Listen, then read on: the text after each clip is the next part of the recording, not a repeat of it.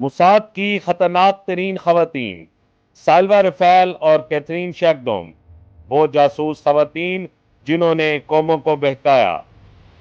یہ ہے global affairs tonight Urdu اور میں ہوں مسٹر براوو۔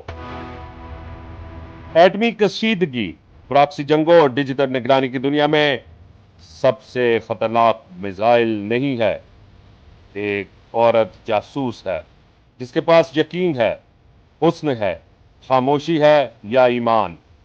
وہ بم نہیں اٹھاتی، وہ راز نہیں رکھتی، وہ مورچوں سے نہیں ڈرتی نہ لڑتی، وہ بیڈ رومز، مساجد اور میڈیا کے ذریعے تراندازی کرتی ہیں۔ یہ جیمز بانڈ کی کہانی نہیں، یہ 007 نہیں، یہ موساد ہے۔ اور آج رات ہم آپ کو دکھائیں گے دو خواتین کی داستانیں جنہوں نے موساد کی خاطر قوموں کو کھلا کر رکھ دیا۔ ایک جنوبی افریقہ میں غائب ہوئی اور دوسری ایران کو معلومات سے بمباری کے بعد غائب ہوئی۔ یہ ہے گلوبل افیئرز ٹونائٹ، میں ہوں مسٹر براوو اور آپ دیکھنے جا رہے ہیں انقلاب کیسے اندر سے گرتا ہے۔ کیمرے والی خاموش قاتلہ سیلویا رفیل۔ سیلویا رفیل کی پیدائش 1937 میں جنوبی افریقہ میں ہوئی، ایک نارجونین یہودی خاندان میں، اور ایک استاد کی طرح لگتی تھی، نرم گفتار، مہذب، خاموش طبع۔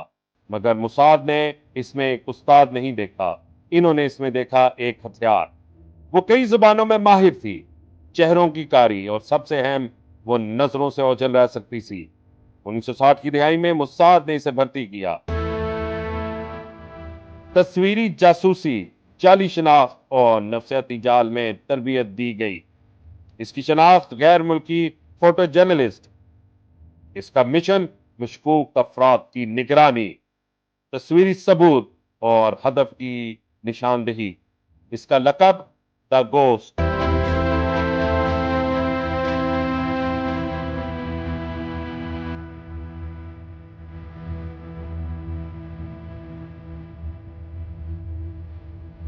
آپریشن غضب خدا، سن 1972 میونک اولمپکس۔ 11 اسرائیلی کھلاڑی فلسطین دہشت گردوں کے ہاتھ مارے گئے۔ اسرائیل نے مذمت جاری نہیں کی اور لیا انتقام۔ گولڈا میئر نے آپریشن غضب خدا کا آغاز کیا اس خفیہ منصوبے میں جس میں دنیا بھر میں قاتلوں کی تلاش کرنی تھی۔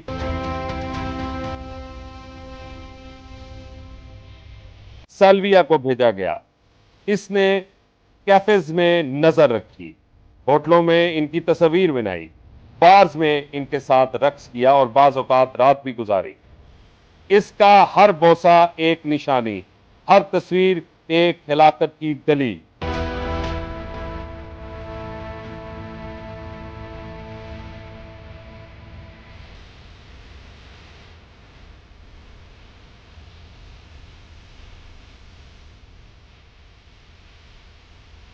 لیلی ہامر کی غلطی، لیکن بھوت بھی غلطی کر سکتا ہے۔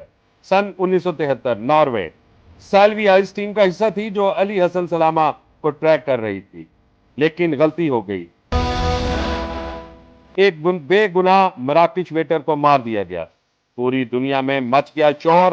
ناروے پولیس نے پوری ٹیم کو پکڑ لیا اور سالویا بھی گرفتار ہو گئی، مگر وہ بولی نہیں، نہ کوئی نام، نہ کوئی راز۔ قید ہوئی، سزا کاٹی، پھر ساؤتھ افریقہ چلی گئی، نئی شناخت کے ساتھ، خاموشی، ناقابل رسائی، ناقابل تصویر۔ خاموشی سے عقیدے تک۔ اگر سیلویا خاموش تھی تو کیتھرین شیکڈوم ایک آگ تھی۔ اس نے کیمرہ نہیں پہنا، اس نے حجاب پہنا۔ اس نے سپاہیوں کو نہیں بہکایا، اس نے پورے انقلاب کو ہلا کر رکھ دیا۔ کیتھرین شیکڈوم، وفادار نقاب پوش۔ فرانس میں ایک سیکولر گھرانے میں پیدا ہوئی۔ اس کے دادا 1948 کی جنگ میں اسرائیل کے لیے لڑے، لیکن کیتھرین نے چنا ایک اور راستہ۔ کیا اسلام قبول، پہلے سنی پھر شیعہ۔ یمنی مسلمان سے شادی کی، نقاب پہنا، فارسی سیکھی اور اسلامی مضامین شائع کیے۔ ایران نے اسے گلے لگایا۔ اس نے انقلاب کی تعریف کی۔ اس نے تسنیم، مہر اور مشرق سب کے لیے لکھا، حتیٰ کہ خمینائی کے سرکاری ویب سائٹ پر بھی۔ رئیسی کا انٹرویو لیا، سلیمانی کے مزار پہ گئی، اس کی بیوی کے ساتھ میل جول بھرایا۔ آئی آر جی سی میں بعض لوگ کہتے ہیں کہ اس نے عارضی نکاح کر کے طاقتور مردوں کے ساتھ خفیہ معلومات تک رسائی حاصل کی۔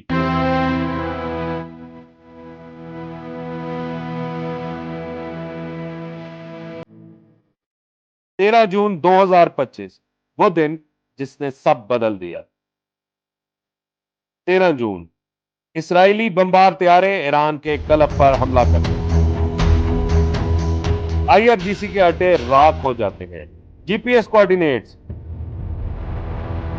سفر کا رخ، خفیہ راستے، سب کچھ لیک ہو چکا تھا۔ ایرانی انٹیلیجنس دنگ رہ گئی تھی۔ نتیجہ کا نکلا کہ یہ معلومات اندر سے آئی ہے، اور الزام لگا کیتھرین پر۔ اس کی تصویر اب تہران کی دیواروں پر مخبر پہ الفاظ کے ساتھ لگی ہوئی ہے۔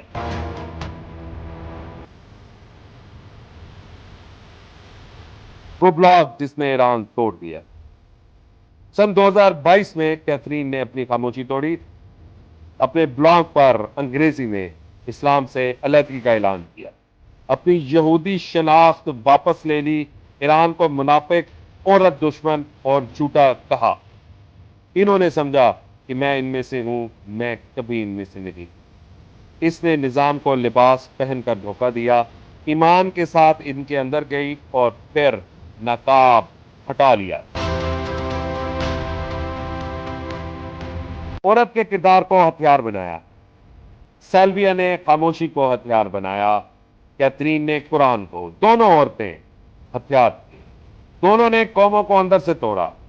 جہاں ڈرون نہیں جا سکتے یہ جاتی ہے، جہاں سیٹلائٹ نہیں دیکھ سکتا یہ دیکھتی ہے، جہاں مرد مشکوک ہوتے ہیں یہ مدعو کی جاتی ہے۔ یہ ہے موساد کا نیا جنگی انداز، گولی کے بغیر جنگ۔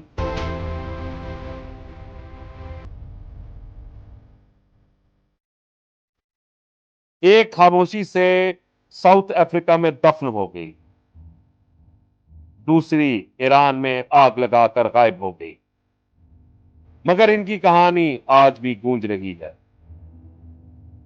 انہوں نے صرف مردوں کو نہیں، قوموں کو بہکایا۔ لہذا جب آپ انقلاب، جنگ یا دھوکہ دیکھیں تو صرف جرنیلوں کو نہیں، اس پردے کے پیچھے چھپی عورتوں کو دیکھیں۔ یہ ہے مسٹر براوو، یہ ہے گلوبل افیئرز ٹونائٹ اردو، جہاں جاسوسی بے نقاب ہوتی ہے۔ سبسکرائب